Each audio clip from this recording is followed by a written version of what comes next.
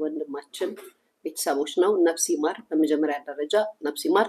ከዛ በመቀጠል ግን ማለት ነው አንዳንድ ኩሽ ኩሽ የሆናችሁ ሰዎች አላችሁ። አትረብሹኝ አትረብሹኝ እኔ አትረብሹኝ እና ጣት ምናምን የሌላችሁ ሰዎች አትረብሹኝ። ጥፍር ምናምን የሌላችሁ ሰዎች አትረብሹኝ። የምሬ ነው። አይስዌር ጋር ጂሰስን አትረብሹኝ። መጀመሪያ ጥፍራችሁን አሳድጉ፣ ጣታችሁን አሳድጉ። አይሰለቻችሁም እንዴ ጋይስ? ቀን በቀን እየመጣችሁ አይሰማም አይሰማም። አሁንም ቤተሰብ አሁንም አይሰማም አሁንም አይሰማም አይሰማም። ሀላ ሀላ አይሰማም ይሰማል። እናቴ አመሰግናለሁ። እና ቀን በቀን እየመጣችሁ አዲስ ርዕስ አዲስ አጀንዳ አታምጡ። አዲስ ርዕስ አዲስ አጀንዳ። ፍምስና የጠረረባችሁ እውቅና የጠረረባችሁ ሰዎች አሁን ተነቃቅተናል ከእናንተ ጋር እና ዘጠጋችሁን ያዙ። ወይስ ወደዚህ እንመጣለን። ጥፍራችሁን አሳድጉ፣ ሞርዱ ምናምን ቫይታሚን ስጡት ምናምን ጥፍራችሁ እንዲያወጣ። አላላ ጋይስ ኤኒዌይስ ዛሬ አምባወራው ስለ አርቲስት ነፃነት ቤተሰቦች ነው። በመጀመሪያ ደረጃ ነፍስ ይማር። ይህንን ቪዲዮን ስታዩ አይኑ ሪከርድ የምታደርጉ ሰዎች የምትፈልጉት ከህዝብ ጋር የሚያጣላ ሰውን የሚያስነሳ ኮመንት የሚያበዛላችሁን ነገር እንደምታደርጉ አውቃለሁ። ነገር ግን ይህን ቪዲዮ ስታዩ መጀመሪያ እኔ ዩቱብ ቻናል ላይ ገብታችሁ ሙሉን ለማዳመጥ ሞክሩ። የእኔ ሀሳብና እዛ ጋር የሚፖስተው የተለያየ ስለሆነ ማለት ነው። እንደ ማንኛውም ሰው ሚዲያ ላይ አምጥተዋል፣ ተናግረዋል። እንድንናገርላቸው ነው፣ እንድናወራ ነው፣ እንድንወያይበት ነው፣ የመሰለን አስተያየት እንሰጥበት ስለሆነ እኔም የራሴን አስተያየት ልሰጥበት ግድ ይለኛል። በመጀመሪያ ደረጃ የምሬን ነው የምላችሁ። በመጀመሪያ ደረጃ ይሄ ነገር ባይሆንና ባይደረግ በጣም ደስ ይለኝ ነበረ።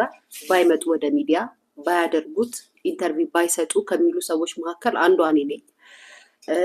መተው ከሰጡ በኋላ ደግሞ እንደ ራሴ እንደ ግል አስተያየት የምሰጠው የራሴን አስተያየት እንጂ የማንንም የእናንተን ወክዬ አይደለም እማውራው፣ እንድትረዱኝ የምፈልገው እና በጣም ነው ባይዘዌ እህቱንና ቤተሰቦቹን ትንሽ ቅር ያሰኙኝ የታዘብኳቸው። ምክንያቱም አይኖ ቤት ውስጥ ችግር ሊኖር ይችላል፣ የሆነ ነገር አፕል ሊያደርግ ይችላል ምናምን፣ ግን በዚህ ደረጃ በዚህ አይነት አነጋገር ኢንተርቪው መስጠት ማውራት ለምን እንዳስፈለገ አልገባኝም። ለምን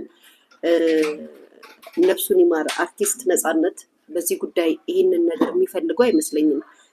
እስከ ዛሬ ድረስም ደግሞ ቤተሰቦቹ ትዳሩን እንዳልፈታ፣ ቤተሰቡን እንደሚወድ፣ ልጆቹን እንደሚወድ ሁሌም ደጋግሞ የሚናገር ሰው ነው። የፈለጉትን ያህል ቅሬታ ቢኖር፣ ጸብ ቢኖር፣ አለመስማማት ቢኖር ለሚዲያ አሳልፎ ባለቤቱንም ሆነ ልጁን ሰጥቶ አያውቅም። ቢፈልግ ኑሮ መናገር ይችል ነበረ ሚዲያ ላይ። የመጨረሻው ኢንተርቪው አይ ቲንክ አዳነች ጋር ማለት ነው የቀረበው ጋይስ አርቲስት ነፃነት እና ቢፈልግ ይናገር ነበረ፣ ቢፈልግ ያወራ ነበረ፣ ቢፈልግ ስለሚስቱ ተፋትቻለሁም ብሎ ይል ነበረ። አመሰግናለሁ የኔ እናት በወጣ እና ለምንድን ነው በዚህ ደረጃ ወጥታችሁ ሚዲያ ላይ ስለሱ መናገር የፈለጋችሁት? ለምንድን ነው የቤተሰቡን እሱ የማይፈልገውን ነገር ህዝብ እንዲያውቅላችሁ የፈለጋችሁት? ልጆቹ አልታዩአችሁም ማለት እኔ በጣም የገረመኝን ነገር ልንገራችሁ። ከነፍሱን ይማር የአርቲስት ነፃነት ልጆች በጣም እንዳስደመሙኝና ማለት እንዴ አሜሪካ ሀገር እንደዚህ አይነት ልጅ ያድጋል እንዴ? እንደዚህ ማደግ ይችላሉ እንዴ? ማለት ስነ ስርዓታቸው። ምክንያቱም ብዙ ጊዜ አሜሪካ ተወልደው ወይም እዛ የሚያድጉ ልጆች ካያቸው ፕሮቶኮል ይጠብቃሉ ምናምን ላይክ ብዙም እንትን አይደሉም። ምክንያቱም እንደሚኖሩበት አስተዳደግ ስለሆነ ማለት ነው። እንደ ሀገሩ ባህል እንደ ሀገሩ ካልቸር ስለሚሄዱ ብዙዎቹ፣ ሁሉም አይደሉም። ግን ይሄ ልጁ ሲያወራ ህዝቡ ራሱ በጣም ነው ህዝቡ ማለት ሙሉ ህዝቡን ያስለቀሰው። ይሄ ስነ ስርዓቱ ይሄ ከእናቱ ጋር ብዙ ጊዜ ቢያሳልፍም ቢኖርም ለአባቱ ያለው ፍቅር ለአባቱ ያለው ስሜት የተለየ እንደሆነ ግልጽ ነው በነገራችን ላይ። እና እናትስ ብትሆን 3 ልጅ የወለደችው የእናንተን የወንድማችሁን ልጅ ነው አይደለ የያዘችው። በዚህ ደረጃ አደባባይ ላይ ወጥቶ በትዳር ህይወት ውስጥ ሲኖሩ የነበረውን ታሪክ ወይንም ደግሞ የነበረውን ሚስጥር ይዛችሁ መታችሁ ለህዝብ መስጠት ምን ይሉታል? እኔ አልደግፈውም። ላትስማሙ ትችላላችሁ፣ ቅሬታ ሊኖርባችሁ ይችላል፣ የማያስማማ ብዙ ነገሮች ሊኖራችሁ ይችላል። ማንም ባልና ሚስት ቤት ሰላም ተኑሮ አያውቅም። ሰላም ተኑሮ እስከ መጨረሻው ድረስ ተሄዶ አያውቅም። ሁሉም ቤት ማለት ነው። ሁሉም ቤት የተለያየ ነገር አለ። ግን ለምንድን ነው ለልጆቹን እንዴት አላሰባችሁ?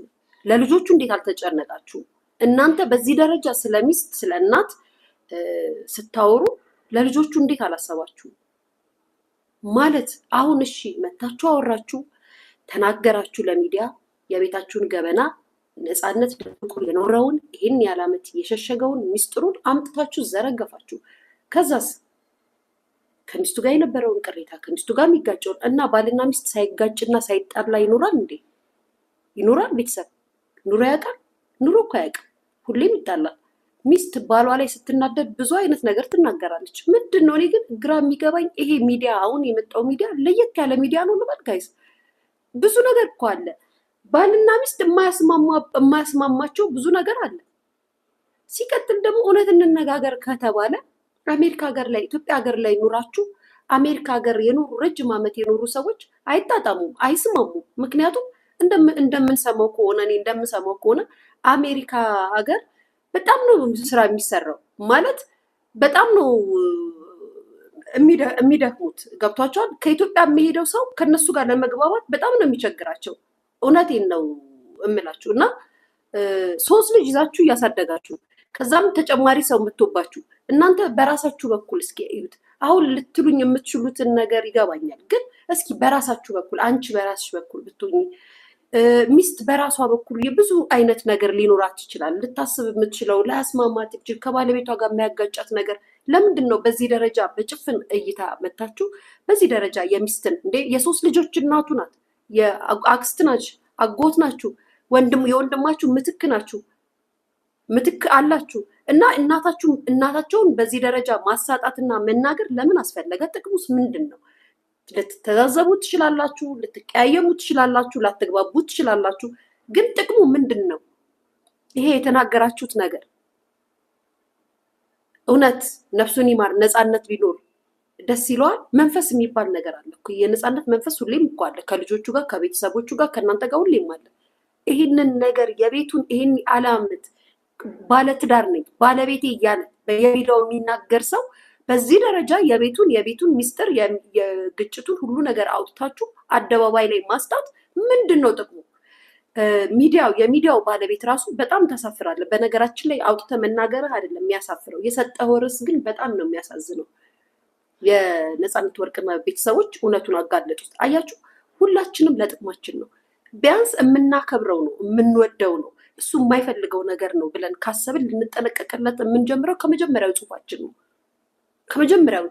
ከመጀመሪያው ንግግራችን እውነት የምናከብረውና የምንወደው ሰው ከሆነ ማለት ነው። ስለሱ የምንጨነቅ ከሆነ ከንግግራችን መታረም አለብን። እሱ ገንዘብ እንዲሰበሰብለት አይፈልግም፣ ይህንን በህይወት ቢኖር አያደርገውም ብላችሁ ከመሰከራችሁለት እሱ ስለ ቤቱ ታሪክ እንዲወራለት እንደማይፈልግም ታውቃላችሁ።